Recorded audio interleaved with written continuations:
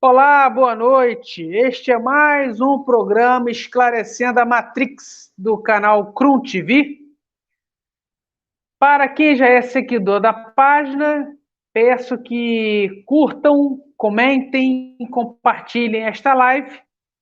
Para quem é novo aqui, seja bem-vindo. Peço que também, além de curtir, comentar e compartilhar esta live, também possa curtir a nossa página. É só clicar no joinha aqui de baixo para ser seguidor da página e ter acesso a todos os seus conteúdos. Para quem não me conhece, meu nome é Caio Mirabelli, eu sou advogado, jornalista, escritor e conscienciólogo, pesquisador da consciência, e o programa Esclarecendo a Matrix, eu gosto sempre de frisar e de repetir, para quem não sabe, esse programa tem como objetivo entrevistar professores universitários, místicos, esotéricos, conscienciólogos, metafísicos, juristas, para a gente discutir sobre a Matrix e procurar entender como ela funciona e procurar formas de combatê-la e destruí-la e criar um mundo mais harmônico, mais pacífico, mais evolutivo, mais desenvolvido para todos. O tema do programa de hoje é o direito penal e a regeneração do homem. O convidado de hoje é o professor André Queiroz, que até a presente data, até a presente horário ainda não entrou aqui na live, porque ele está numa ligação, está ocupado, e torço para que ele participe aqui ao vivo da nossa live. Enquanto ele não vem, eu vou antecipando o assunto. O direito penal, assim como o direito civil, o direito trabalhista, o direito administrativo, o direito tributário, costuma ser uma matéria que estuda normas jurídicas, estuda leis, estuda as regras criadas pelo Estado para se regular a convivência entre as pessoas. No início da humanidade, no mundo primitivo, não se tinha a figura do Estado, nem se tinha leis. Tudo era decidido pelo bom senso das tribos, das civilizações primitivas. E isso tinha seu lado bom, como também tinha seu lado ruim. O lado ruim é que quase ninguém respeitava essas regras sociais que não eram escritas, eram apenas faladas, passadas de pai para filho. Então se tinha desordem, se tinha aumento dos conflitos, se tinha expansão do karma, o surgimento dos karmas. Nas sociedades primitivas, a intenção dos indivíduos daquela época em massagear o próprio ego, esquecer do próximo, esquecer da coletividade, esquecer do grupo, fez o homem se perder, gerando karmas. Para quem não sabe, karma é causa e efeito. Todo ato praticado gera um resultado, isso é o karma. Então, a questão do ego dos seres primitivos, a ausência de Estado e a ausência de regras escritas foram fatores fundamentais para que o homem tivesse uma estagnação evolutiva e fosse gerador de karmas. Com a evolução da humanidade veio a figura do Estado. E o Estado é um ente jurídico, é a força jurídica e política que representa várias sociedades dentro de um mesmo território. Então, vamos dar um exemplo. O Brasil, ele tem várias sociedades. Ele tem a sociedade do carioca, do paulista, do gaúcho, do nordestino, do nortista, do goiano. E tem o Estado brasileiro, que está em cima de todas as sociedades que fazem parte do mesmo território nacional. E o Estado precisou conter o excesso de problemas, de conflitos, de estagnações evolutivas, de karmas gerados pela sua sociedade no seu território. E para conter o excesso de conflitos e crimes, instituiu-se leis penais. Então, nos séculos passados, surgiu a figura do Estado e surgiu também a figura do direito penal. leis penais para regular a relação do homem com o outro homem, com o seu território, com a sua sociedade e principalmente com o seu Estado. Num país que não tem leis e não tem Estado para aplicar essas leis, fazer essas leis existirem e ter eficácia, você não tem ordem. Onde não tem ordem, há caos. Onde não tem ordem, pessoas criam problemas, pessoas geram conflitos, pessoas geram karmas. Então, a figura do Estado, representada no Poder Executivo, Legislativo e Judiciário, e a figura das leis penais, tem como objetivo manter a ordem no Estado, a ordem na sociedade e a resolução de conflitos. O Estado é dividido em legislativo. O Poder Legislativo cria leis. Então, quem cria as leis penais é o Poder Legislativo. O Poder Executivo, ele administra o Estado e aprova as leis. E o Poder Judiciário, ele aplica as leis para solucionar conflitos. Tínhamos muito mais violência e conflitos nas civilizações primitivas, porque quem reinava não era o Estado e não eram as leis penais, era o ego das pessoas. As pessoas queriam ter dinheiro, posses, bens, ter a mulher do próximo, ter as fazendas do próximo, ter os cavalos e bois do próximo, sem trabalhar e roubando, só para satisfazer seu próprio ego. Então, esse círculo vicioso de ego, ego, ego dos povos passados estagnou a evolução espiritual de todo mundo e gerou karmas. Para frear a produção de karmas e a estagnação evolutiva do indivíduo, foi necessária a criação do Estado e das leis penais. Então, como que as leis penais fazem uma pessoa evoluir espiritualmente?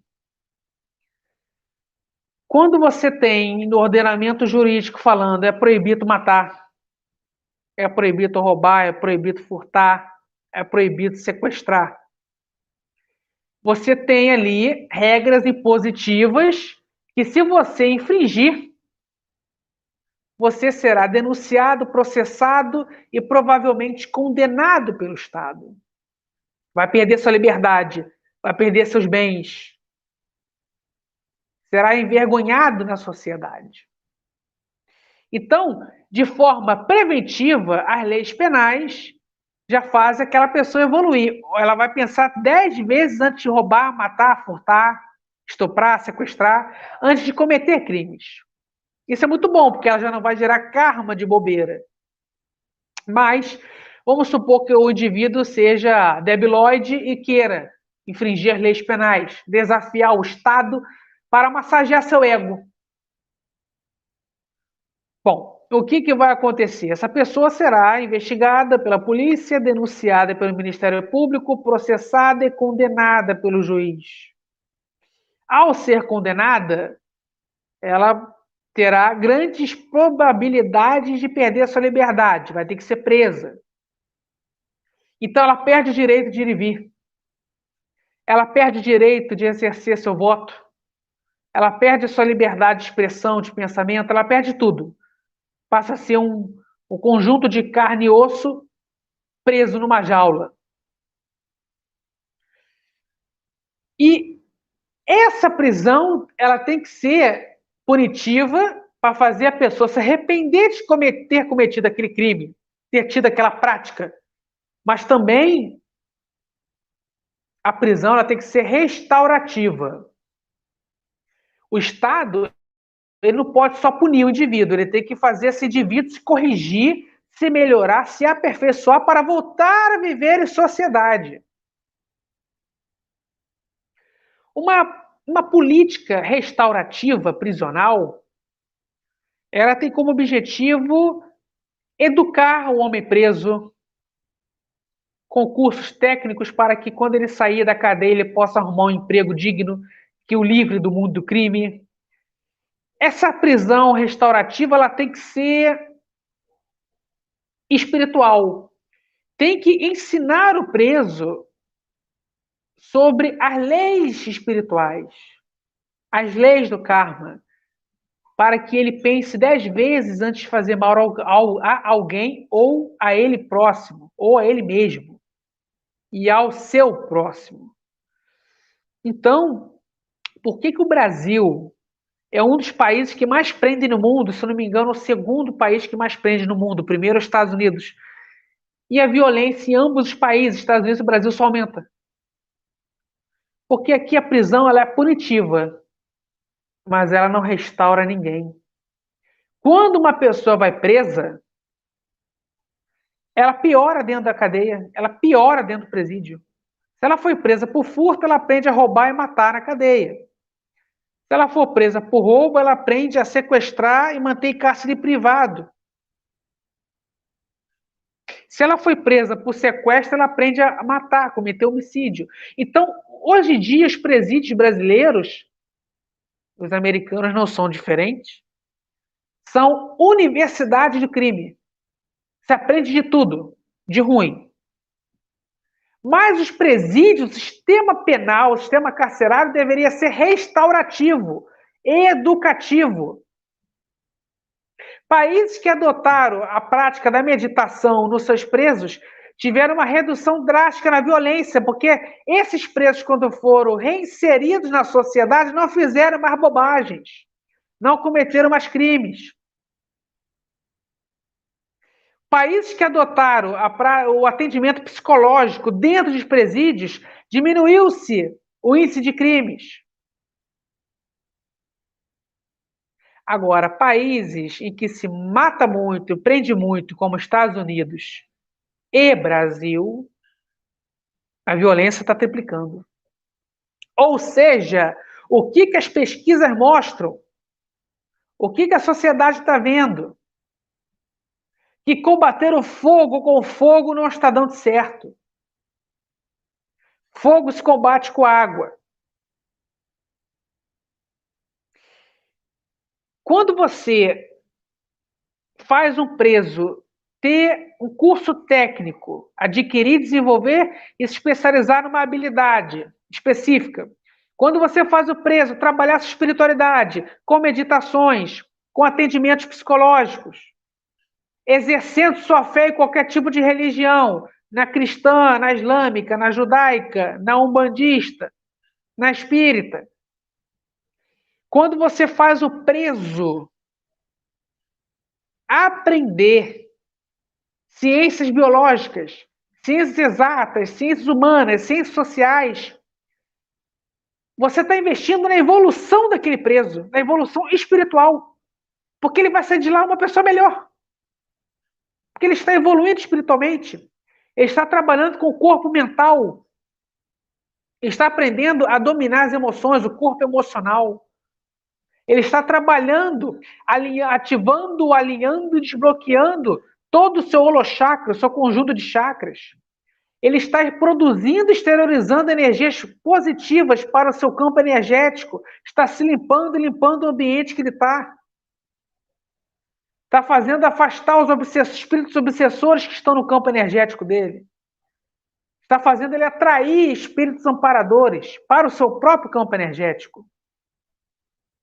O segredo de combater a violência é um estado enérgico, forte, onde tem que ser forte, violento quando tem que ser violento, mas principalmente restaurador, sempre. Forte porque ele tem que investir em melhorias de investigações, em melhorias de policiamento, comprando armas de última geração, treinando os policiais para usar essas armas de última geração, ensinando os policiais a investigarem com aparelhos de última geração para desvendarem crimes mais rápido. Violento, quando tem as operações policiais para buscar e apreender drogas, armas e efetuar prisões. Mas tem que ser restaurador no sistema prisional, quando prende o indivíduo, e tem que ser restaurador nos colégios, nas escolas públicas, quando recebe as crianças e jovens.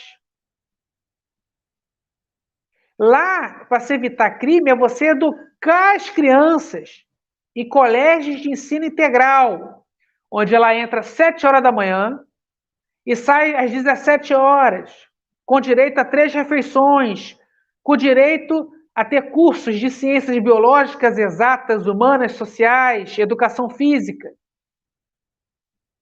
Que ela tenha acesso à leitura, que tenha acesso a esporte, natação, basquete, vôlei, futebol, tênis. E que ela passe a absorver os princípios da família nos colégios e escolas públicas. Criando pais sociais formados por bombeiros e professoras para criar as crianças órfãos de ruas nesses colégios. Ensinando como funciona a paternidade, a maternidade, a energia masculina e a energia feminina na psique daquele aluno, na psique daquela criança.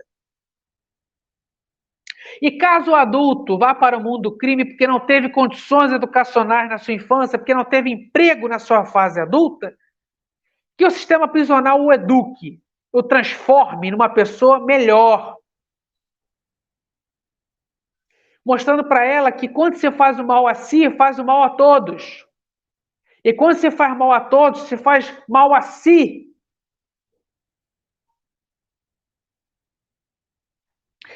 Países que investiram em educação pública de qualidade e na política penal restaurativa, a violência zerou. Mas países que apostaram na pena de morte, a violência aumentou. Não era para ter aumentado, está combatendo o crime, está matando, por que está aumentando? Por que a pena de morte é uma grande imbecilidade? A pena de morte é uma imbecilidade porque não proíbe ninguém de nada, nem amedronta ninguém. Quem quiser cometer crime, comete e fica por isso mesmo. Nas questões multidimensionais, a gente sabe que a morte não acaba com a vida continua depois da morte. Na morte você perde tudo, menos a vida. Então você continua se manifestando, exteriorizando sua personalidade, suas energias, só que em outra dimensão, porque você perdeu o corpo físico, o corpo de carne. Quando você manda um preso para pena de morte, na cadeira elétrica ou na injeção letal, ele vai morrer, ele vai descartar o corpo físico dele, mas vai continuar assombrando, assediando, cometendo crimes na sociedade, influenciando o mundo dos vivos para que novas pessoas tenham coragem de delinquir, de ir para o mundo do crime. Ou seja, o que morreu continua perturbado e delinquente, gerando novos delinquentes vivos aqui. Isso não é inteligente. Agora, quando você investe na punição restaurativa, aí sim é uma coisa inteligente. Porque o debilóide deixa de ser debilóide, o retardado deixa de ser retardado, o valentão deixa de ser valentão, o maligno deixa de ser maligno. Porque a política restaurativa nos presídios faz todo mundo trabalhar o corpo mental, dominar o corpo emocional, trabalhar o corpo energético e evoluir espiritualmente. Quando você lê um livro, você está evoluindo espiritualmente, porque esse ato energético de ler um livro, além de você estar absorvendo novos conhecimentos e expandindo seu corpo mental, você está trabalhando seu corpo energético, porque você está ativando, alinhando e desbloqueando o coronochakra, o frontochakra. Quando você medita, você está ativando, alinhando, desbloqueando e desenvolvendo o coronochakra, o frontochakra, o cardiochakra, que é o chakra do pulmão, e o chakra dos, que é o cardiochakra, chakra do coração, que influencia os chakras dos pulmões. Então, na meditação, você trabalha com o coronochakra, que fica acima da cabeça, com o frontochakra, que é o famoso terceiro olho no meio da testa, com o cardiochakra, que é o do coração, e com o chakra dos pulmões também. Quando você bota um preso para ler a Bíblia, Ele está ativando chakras, alinhando, desbloqueando, desenvolvendo, ainda está absorvendo as energias daquela egrégora, ainda está interagindo energeticamente de forma positiva com os amparadores do cristianismo. Quando você coloca um preso para ler um livro espírita, além dele estar ativando, alinhando, desbloqueando e desenvolvendo os chakras, você está fazendo ele entrar, absorver as energias da egrégora espírita e fazendo ele interagir energeticamente com espíritos amparadores do espiritismo. Quando você faz um preso estudar, você também ativa a linha, desbloqueia, desenvolve todos os chakras dele, ainda faz ele absorver as energias da egrégora daquela ciência e interagir energeticamente de forma positiva com os amparadores, com os espíritos amparadores daquela ciência. Não tem como não evoluir num sistema penitenciário restaurador. Entra piorado, sai melhorado. Entra piorado e sai melhorado. A evolução torna-se um fato.